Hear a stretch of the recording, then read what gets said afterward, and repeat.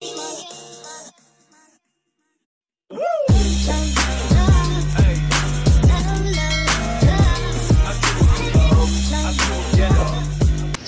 yun mga kalapatids, welcome back to Boss Amo Love TV. So for today's video mga kalapatid is ito nga, yung topic natin ngayon is mga sinyalis kung malapit na ba mapisa yung ating mga itlog ng kalapati natin mga kalapatids. Ito mga kalapatids, oh. Yan, ito tignan natin, may crack na siya mga kalapatids. Ito, saan ba yung may crack dito? Hindi mo na makita, wait lang. So yan mga kalapatids, yan yung mga sinyalis na malapit na mapisa yung mga kalapati natin, yung mga inakay mga kalapatids. Yan, may crack na siya.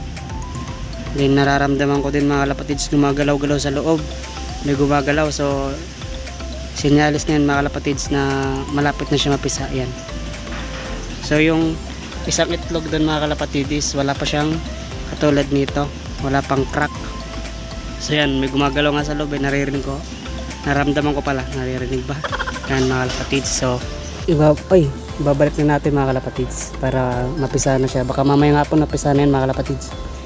Yun, so dito naman tayo kay na Commander at kay Amo mga kalapatids.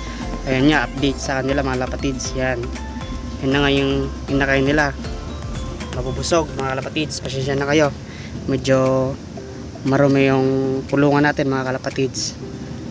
Yan, malalaki pa rin yung mga butsi ng mga anak nila mga kalapatids. Yan, yun nga, ito si Commander mga kalapatids, ito naman si Amo. So yan,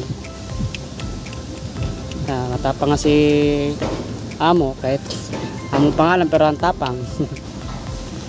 So yun lang mga kalapatids, dito wala tatapusin yung video natin. So sa mga hindi pa nakapag subscribe dyan mga kalapatids is mag subscribe na kayo, then hit nyo na rin yung notification bell para updated kayo sa mga bago kong video. So yun lang, bye bye.